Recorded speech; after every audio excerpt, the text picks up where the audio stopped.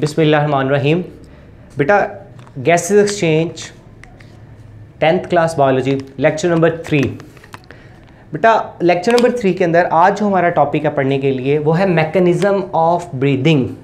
हमने last lecture में पढ़ा था कि गैसेस एक्सचेंज करवाने के लिए कौन सा पैसेज वे होता है, कौन सा रास्ता होता है जिस रास्ते से गैसों का तबादला होता है, हमारे नोज से लेकर गैसेस लंग्स तक कैसे जाती हैं।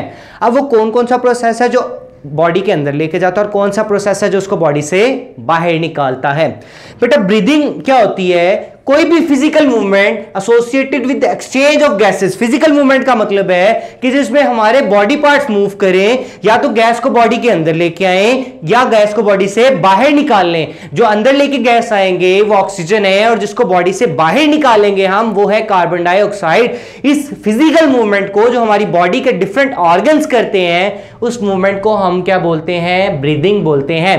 बेटा ब्रीदिंग के दो प्रोसेस होते हैं हमारी बॉडी के अंदर। या तो ब्रीदिंग के जरिए बॉडी के अंदर गैस आती है, बेटा वो प्रोसेस क्या कहलाता है? इनहेलेशन। या दूसरे लफ्जों में हम उसे बोलते हैं इंस्पायरेशन।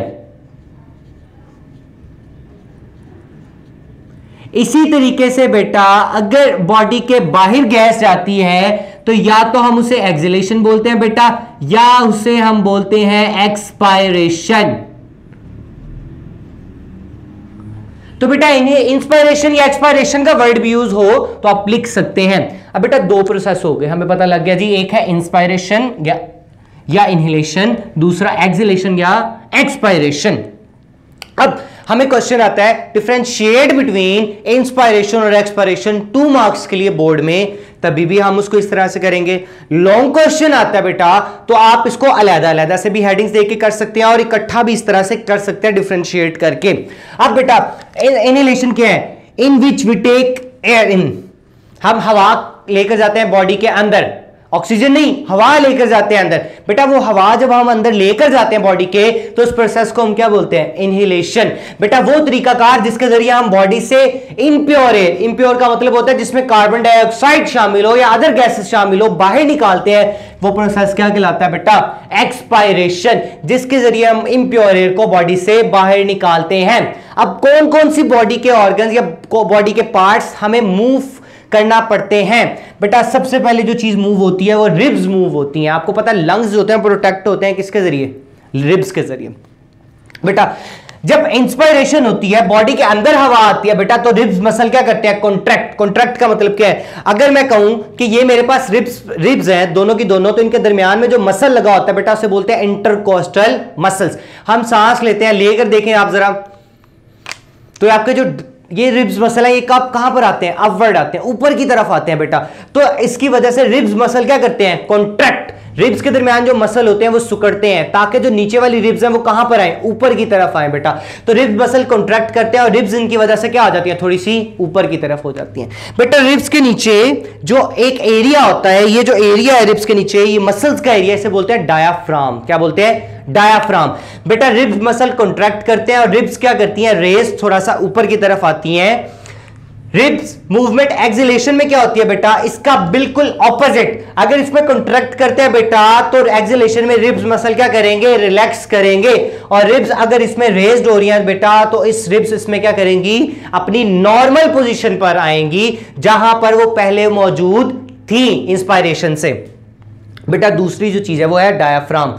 हमने पहले बात की है कि हमारी रिब्स के नीचे जो मस्कुलर शीथ होती है, बिल्कुल अब ये पसलियों के नीचे जो आपके मसल्स का एरिया जो नीचे वाले ऑर्गन्स के बिल्कुल ऊपर है बेटा, इस मस्कुलर शीथ को ये जो रिब्स आपके पास मौजूद होती हैं बेटा, इस तरह का डोम शेप्ड एरिया होता है, ठीक है, जिसके ऊपर ये रिब्स लगी हुई होती हैं इस तरह से।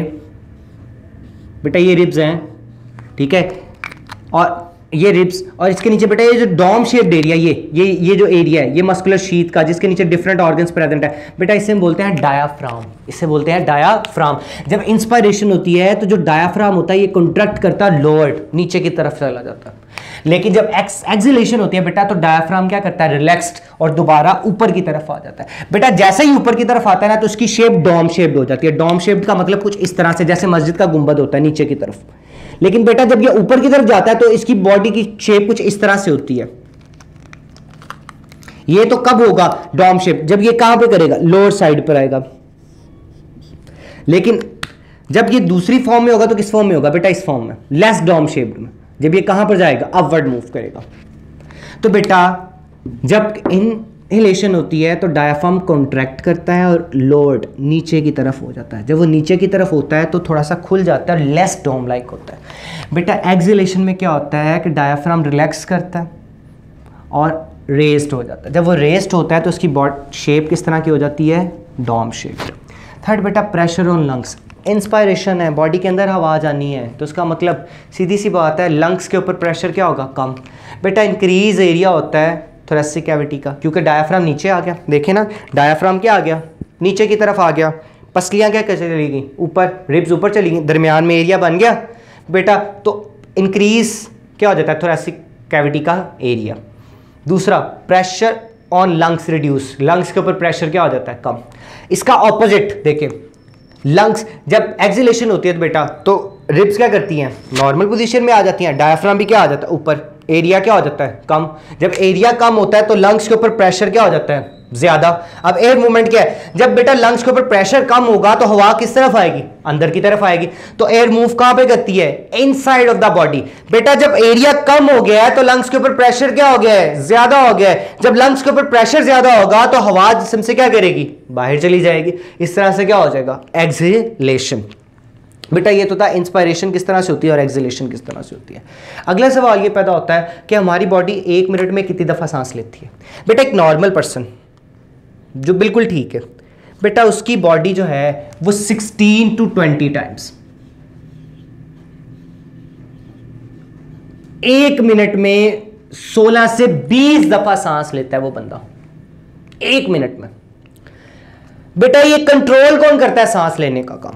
बेटा ये हमारा कंट्रोल करता है रेस्पिरेटरी सेंटर। Respiratory centre.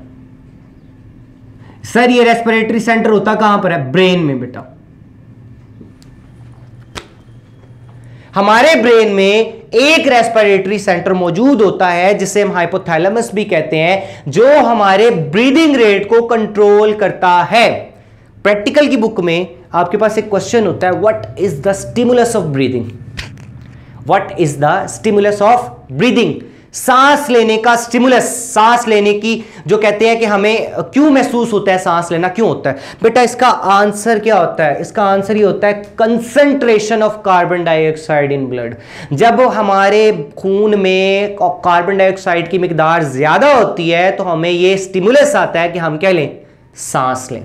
बेटा ये ज्यादा कब होती है? जब एक बंदा एक्सरसाइज करता है ना, कोई भी हार्ड एक्सरसाइज करता है बेटा, तो हार्ड एक्सरसाइज करने के बाद क्या करता है? सेल करते हैं सेलुलर रेस्पिरेशन। बेटा सेल क्या करते हैं? Cellular respiration.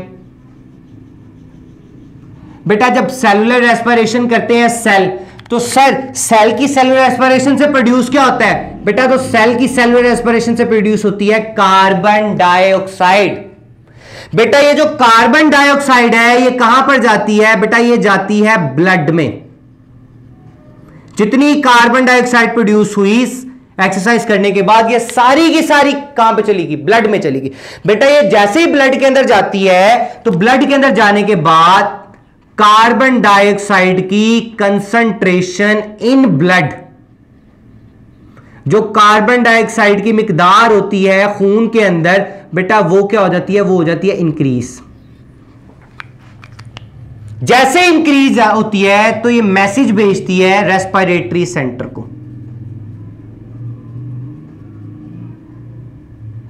हमारे रेस्पिरेटरी सेंटर को क्या आता है? मैसेज आता है। क्या आता है बेटा? मैसेज।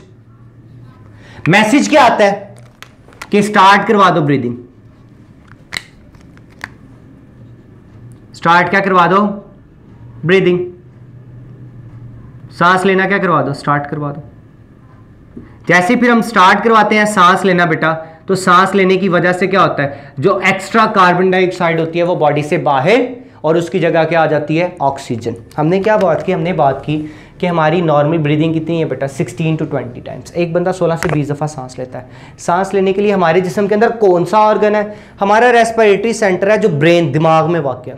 बेटा ये रेस्पिरेटरी सेंटर करता क्या है? ये हमें सांस लेने में मदद देता है। बेटा अगली बात, हम एक्सरसाइज के बाद ब्रीदिंग रेट इंक्रीज क्यों कर देता है जब हम सांस लेते हैं, सीढ़ियां चढ़ते हैं, 10-15 मिनट को काम कर लेते हैं बेटा? वो क्यों कि जितना ज्यादा हम हार्ड वर्क करते हैं, जितना ज्यादा हम हार्ड जॉब करते हैं, हमारा जो है ब्लड के अंदर ऑक्सीजन बढ़ जाती है। क्यों? हम जब हार्ड वर्क करते हैं तो हमारा सेलुलर रेस्पिरेशन करता है। जब सेलुलर रेस्पिरेशन करता है तो एटीपी ब्रेक होता है। जब एटीपी ब्रेक होता है तो कार्बन डाइऑक्साइड प्रोड्यूस होती है और वो प्रोड्यूस होकर किसमें जाती है? ब्लड में जाती है। जैसे ही ब्लड में जाती है तो ब्लड के अंदर नॉर्मल कंसंट्रेशन से कार्बन डाइऑक्साइड क्या हो जाती है? ज्यादा, जिसका पता लगता है ब्रेन के रेस्पिरेटरी सेंटर को।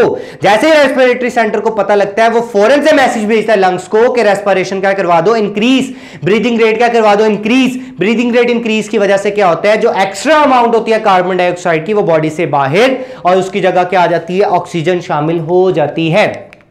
लेकिन हमारी बॉडी में नॉर्मल कंसंट्रेशन कितनी है इंस्पायरेशन और एक्सपायरेशन की? बेटा जब हम ऑक्सीजन सांस लेते हैं तो हमारी बॉडी में कितने % ऑक्सीजन आती है बेटा? जो हमारी बॉडी के अंदर ऑक्सीजन आती है बेटा वो आती है 21%। लेकिन जब हम बाहर निकालते हैं तो ऑक्सीजन को कितना बाहर निकालते हैं? 16%।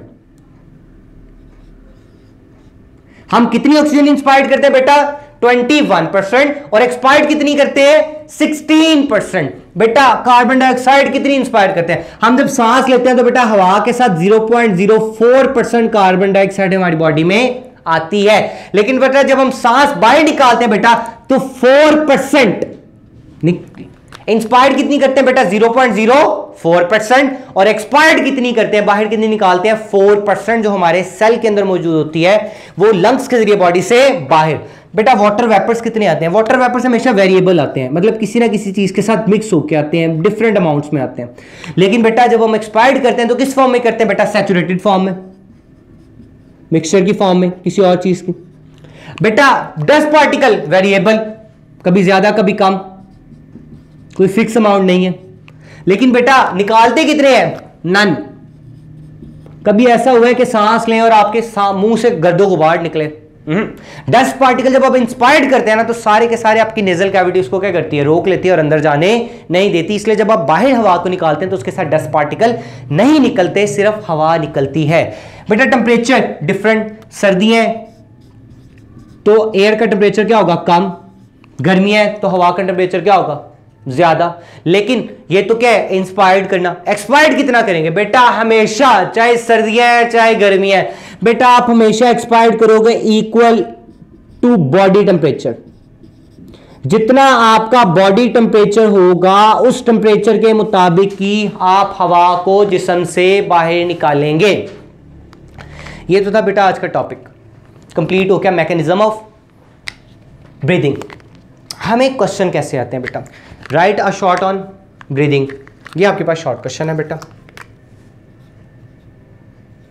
बेटा इंस्पायरेशन या एक्सपायरेशन या इनहेलेशन और एक्सहेलेशन लॉन्ग क्वेश्चन के तौर पे आता है।